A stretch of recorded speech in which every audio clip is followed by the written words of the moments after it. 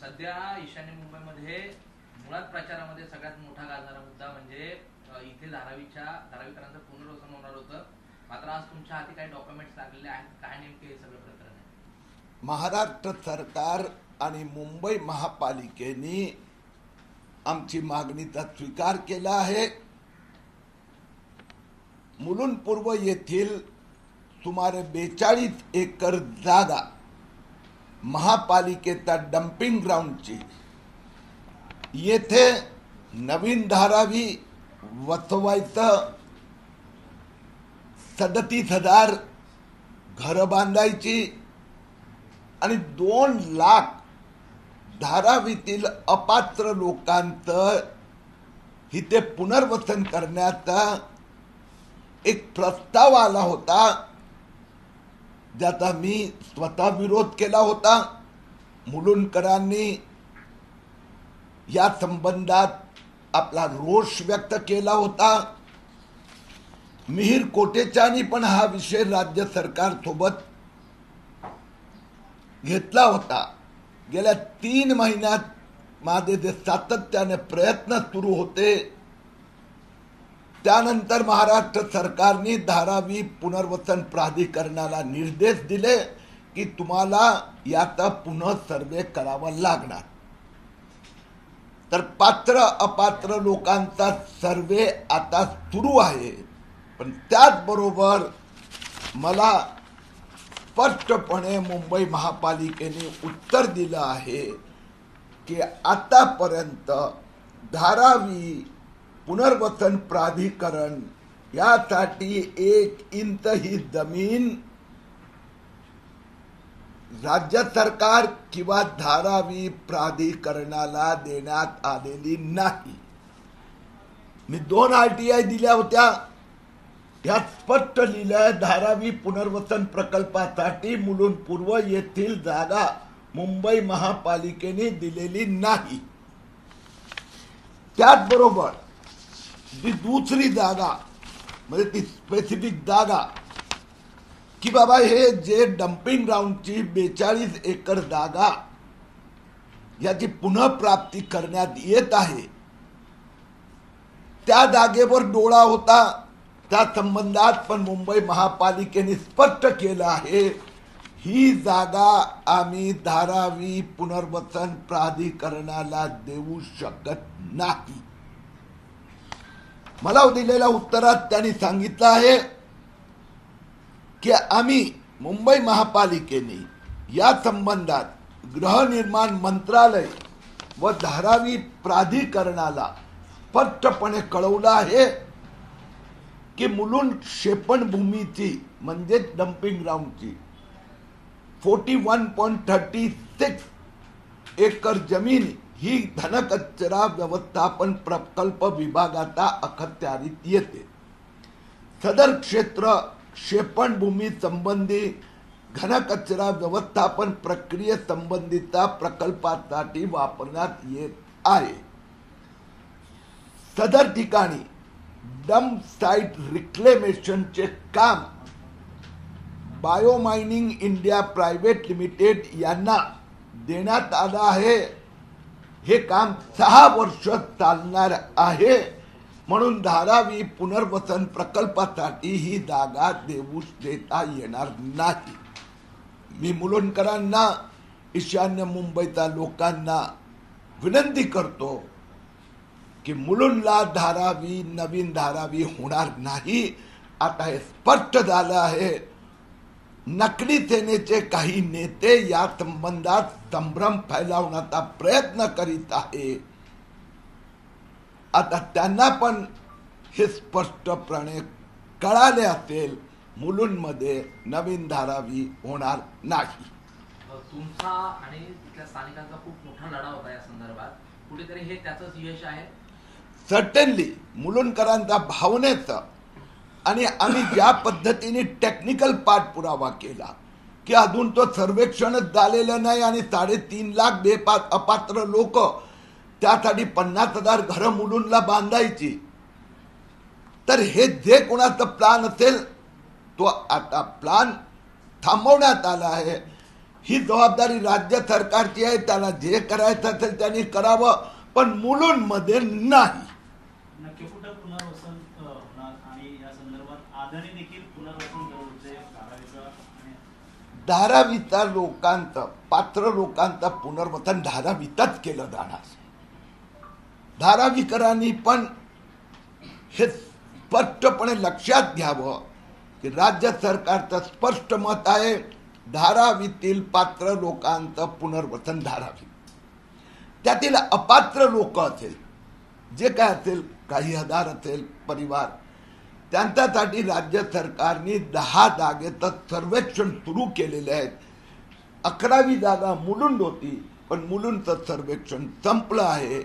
ते दुसऱ्या जे 10 जागा आहेत त्या संबंधीचा जो असेल सर्वेक्षण ते त्यांनी करावं. मुलुंडमध्ये नाही. तुम्ही धारावीकरांच्या पुनर्वसनासंदर्भात बोलत आहात, तो विषय तर आता मार्गी लागलेला आहे. मात्र तुम्ही दुसऱ्या देखील एका विषयावर खूप आंदोलनं केली, उपोषण केलं, ते म्हणजे PAPचा प्रकल्प जो केळकर कॉलेजच्या इथे होतोय, याला काही यश आलेलं आहे का? कारण त्याचा देखील मोठा इश्यूज आहे. PPP प्रकरणात 2 बाजूनी लढा सुरू आहे. एक न्यायालयात, न्यायालयाने किरीट सोमय्याची याचिका ऍडमिट केली आहे. आता सुट्ट्यानंतर जून महिन्यात त्याची सुनावणी होणार. त्यात आर्थिक भ्रष्टाचार आहे, गैरव्यवहार आहेत, त्या संबंधी न्यायालयात लढा सुरू आहे. दुसरा भाग आहे, मी मुख्यमंत्री आणि उपमुख्यमंत्र्यांना विनंती केली होती की तिथे जे बांधकाम सुरू आहे त्यात हे 2-5 किलोमीटर मधलेच लोक आले पाहिजे. जे माझ्याकडे पहिली यादी आली होती, मी तुम्हाला वाचून दाखवली होती, ते सगळे पूर्वी ते बांगलादेशी हजारो, त्या संबंधी निर्णय झालाय की त्यांना इथे येऊ देणार नाही. बाकी संबंधित सरकारची चर्चा सुरू आहे. याचा रिव्ह्यू करावा अशी मागणी किरीट सोमय्या असो, मिहीर कोटेचा असो, नगरसेवक असो यांनी केली आहे. पण मला संजय पाटीलला प्रश्न विचारायचा आहे. संजय पाटील या PPP प्रकल्पाबाबत का काय बोलत नाही? उद्धव ठाकरे, संजय राऊत रोज पत्रकार परिषद घेतात, ते का मुख गिळून बसले आहेत? किती कोटी रुपये वांद्राला पोचले? जो PPP प्रकल्पाचा निर्णय घेण्यात आला त्यासाठी महापालिकेची विशेष बैठक उद्धव ठाकरेचा सांगण्यावरून मार्च 2022 मध्ये बोलवण्यात आली होती. घाई गर्दीने ह्या 10,000 घरांचा प्रकल्पाचा आदेश देण्यात आला. यात उद्धव ठाकरेंनी आणि संजय राऊतनी सांगावं की हा निर्णय तुम्ही जे घेतला होता त्यावेळी मुलुंडकरांचा भविष्याची चिंता आपण नाही केली. आणि आता संजय पाटील धारावीचा प्रकल्प इथे सुरू होत आहे, ही वल्गना तर संपली, पण आता उद्धव ठाकरेच्या नकली सेनेने सांगावा की ठाकरे साहेब 100 कोटी, 200 कोटी, 500 कोटी किती मिळाले?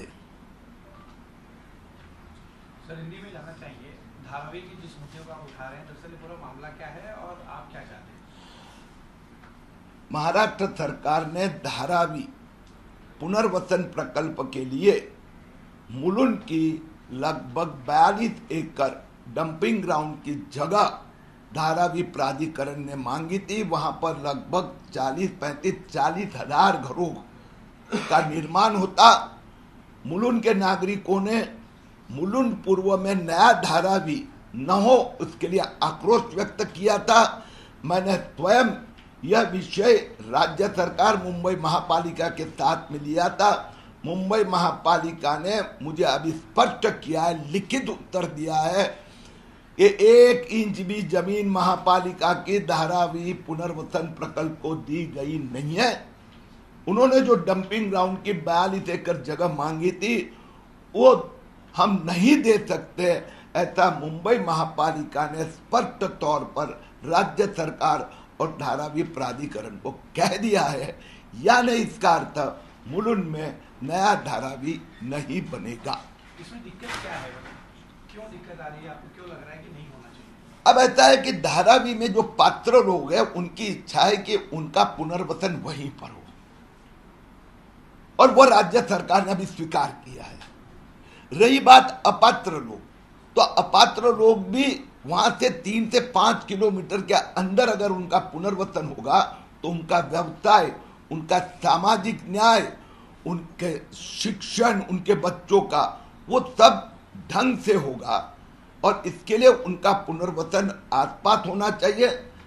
राज्य सरकार ने उसके लिए 5-7 जगह 10 जगह पर्यायी जगह का अध्ययन शुरू किया है। 11वीं जगह मुलुन उपलब्ध नहीं होगी।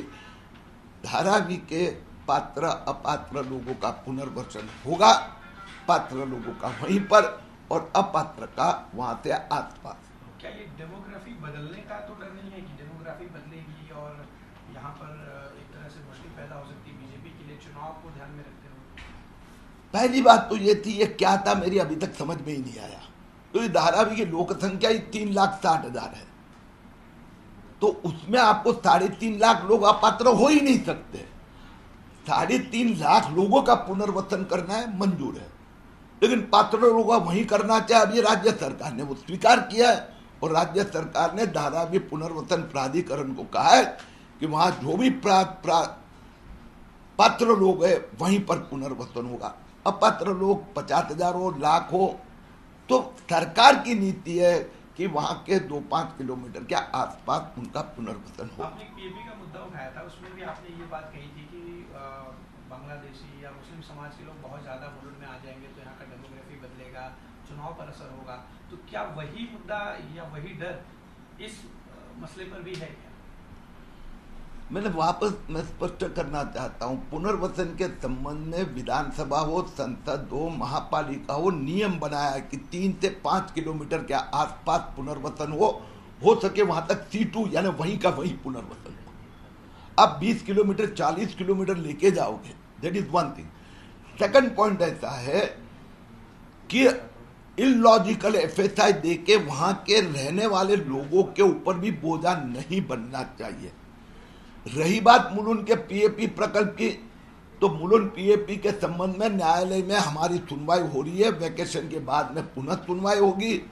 आर्थिक गैर व्यवहार, साथ में जो नकली सेना उद्धव ठाकरे सेना के उम्मीदवार संजय पाटिल ने धारावी के संबंध में अफवाह फैलाने का प्रयास किया तो वो तो समाप्त हो गई। संजय पाटिल, उद्धव ठाकरे, संजय राउत पीएपी के बारे में आज तक एक शब्द क्यों नहीं बोले? क्योंकि मुलुंड में 7,500 पीएपी के घर बिल्डर को मंजूरी उद्धव ठाकरे जी ने विशेष महापालिका अधिवेशन मार्च 2022 में बुलाकर वो कॉन्ट्रैक्ट दिया। कितने करोड़ का आर्थिक व्यवहार हुआ है? 1,000 करोड़ का। उद्धव ठाकरे ने पहले इस बारे में कहना पड़ेगा। सर, इसी क्षेत्र को लेकर एक राजनीतिक विवाद पिछले 2-3 दिनों से चल रहा है कि गुजराती वर्सेस मराठियों को गुजराती क्षेत्र में प्रचार नहीं करने दिया जा रहा है। आप खुद यहाँ पे 2 बार सांसद रहे हैं, क्या कहना चाहेंगे इस पर? मैंने तो कहीं ऐसा देखा नहीं आज तक के इतिहास में। सालों से मैं यहाँ घूमता हूँ, कोई एक भी नहीं है। अब ये ऐसा है कि नकली सेना या ऐसे नकली धंधे करना, काम धंधे, वो तो उनके शुरू से आप देखा है कि संजय राउत रोज नया आरोप करते हैं। तो अभी तक वो जो ट्वीट आई थी वो भी नकली सिद्ध हुई, जो कंपनी के बारे में आई थी। तो इसके लिए जो हाई राइज बिल्डिंग है उसमें प्रचार के संबंध में उन्होंने अपने नीति नियम बनाए, वो तो सभी को लागू होते हैं। इसके लिए यहां पर इस प्रकार का कोई वाद विवाद हुआ नहीं है। उद्धव ठाकरे में हिम्मत हो, संजय राउत में हिम्मत हो तो बोले कि हम प्रधानमंत्री भी अभी भाषा के आधार पर चुनेंगे, धर्म के आधार पर तो उद्धव ठाकरे संजय राउत बोलते ही है, सोनिया अम्मा बोलती है, अभी इंडिया अलायंस ने कहा मुस्लिमों को आरक्षण मिलना चाहिए, लेकिन अभी भाषा के आधार पर भी नरेंद्र मोदी गुजराती है, इसके लिए आप उसका विरोध कर रहे हैं। हिम्मत है तो खुलकर बोले। वो ईशान्य मुंबई हो, मुंबई में कहीं पर भी भाषा के आधार पर कभी भी विवाद हुआ नहीं है, होगा भी नहीं। याच मुद्द्यावर येतो की ईशान्य मुंबई देखील खासदार राहिला, गेल्या काही दिवसांमध्ये मराठी विरुद्ध गुजराती असा जो काही वाद आपण पाहतोय, काय अनुभव आहे तुमचा? मी थोडी जबाबदारीपूर्वक आपण प्रश्न विचारावे त्या लोकांना. एकही मला तो कुठेच वाद दिसला नाहीये. उद्धव ठाकरेचा पायाखालची जमीन सरकली आहे म्हणून हा वादविवाद उभा करायचा प्रयत्न करतात. कुठेही असं काय असेल त्यांनी स्पेसिफिक तक्रार द्यावी. आणि आपल्या माहितीसाठी मुंबईत कुठेही असा प्रकारचा कुठेच वादविवाद होत नाही. कुठे उद्धव ठाकरेचे मराठी उमेदवार असेल ते गैर मराठी हिंदू क्षेत्रात जात असेल कधी कोणी थांबवलं नाही. आणि म्हणून आता त्यांना लक्षात आलं आहे की या पूर्ण MMR विभागात उद्धव ठाकरेच्या नकली सेनेला एक पण जागा मिळणार नाही. म्हणून नकलीवाद एक ट्विट आली होती, ती ट्विट पण नकली निघाली. त्या कंपनीने स्पष्टीकरण केलं. पण कुठेतरी एखाद्या ठिकाणावर काय हे झालं तर नरेंद्र मोदी गुजराती आहे म्हणून त्याला वोट देऊ नका. आता प्रधानमंत्री पण गुजराती, उत्तर भारतीय, तमिळ, तेलुगू या भाषेवर निवडणार आहेत. हा, उद्धव ठाकरे एलायन्सला असंच वाटते म्हणून त्यांनी वाटून घेतले ना.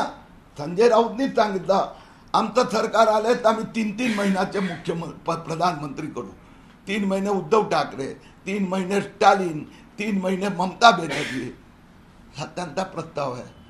भारताने ठरवायचं आहे 3-3 महिने प्रधानमंत्री पाहिजे की मजबूत नरेंद्र मोदी.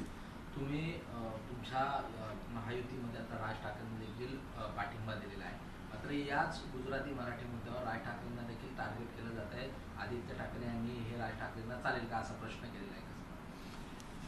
आता आहे की आदित्य ठाकरे आणि उद्धव ठाकरे आणि संजय राऊत इश्यू डायव्हर्ट करू इच्छित आहेत. इश्यू हा आहे की आदित्य ठाकरेचा राईट हँड सूरज चव्हाण खिचडीमध्ये जेलमध्ये आहे. आदित्य ठाकरेचा लेफ्ट हँड अमोल कीर्तीकर 1,65,00,000 खिचडीचे चोरले त्याचं उत्तर देऊ शकत नाही आहेत. उद्धव ठाकरेचे घनिष्ठ मित्र संजय राऊत त्यांनी कोविडमध्ये 34 कोटीचा त्याचा पार्टनरने घोटाळा केला. म्हणून या घोटाळ्यांचं उत्तर देण्याची उद्धव ठाकरेमध्ये हिंमत नाही म्हणून तो इश्यू डायव्हर्ट करू इच्छितात. पण मुंबईची महाराष्ट्राची जनता मोदीच्या मागे उभी आहे. सर, राज ठाकरे जो है उत्तर भारतीय को लेकर काफी अटैकिंग मोड में रहे, काफी कुछ घटनाएं घटी हैं. वो आपकी पार्टी के साथ में, क्या आपको लगता है कि उत्तर भारतीय मतों का ध्रुवीकरण होगा? मुझे कहीं ये कहरा जरा भी दिखाई नहीं दे रहा है. चुनाव जो है वो राम मंदिर के नाम पर जा रहा है. चुनाव समान नागरिक कानून, चुनाव सोनिया गांधी, राहुल गांधी और अभी नए नए जो बने हैं ना उद्धव ठाकरे, वो कह रहे हैं मुस्लिमों को हम धर्म के आधार पर आरक्षण देंगे और वो आरक्षण शेड्यूल कास्ट, शेड्यूल ट्राइब और OBC का छीन कर देंगे क्योंकि न्यायालय कहता है 50% से ऊपर नहीं. तो उस मुद्दे पर चुनाव जा रहा है और उस डर के कारण ये लोग इशू डायवर्ट करना चाहते हैं.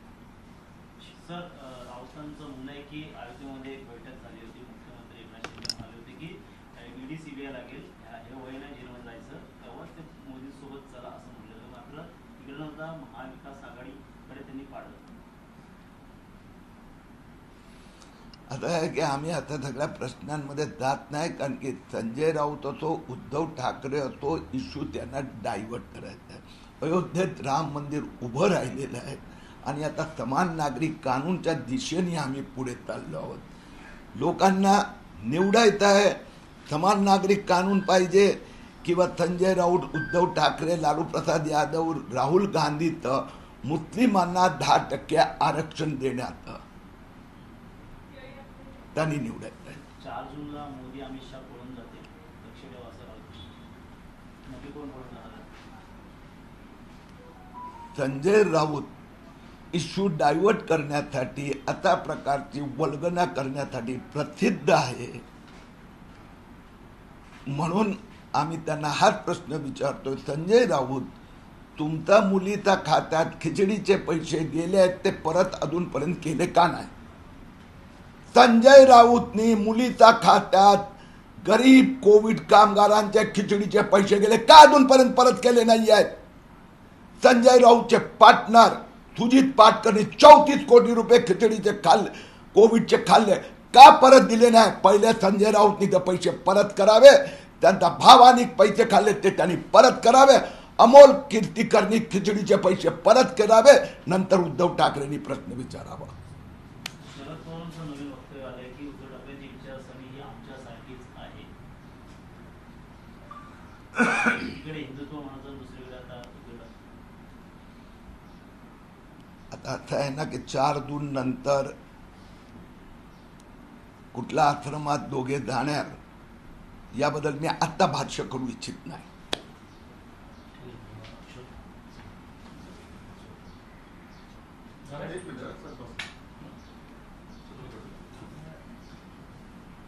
हे व्हिडिओ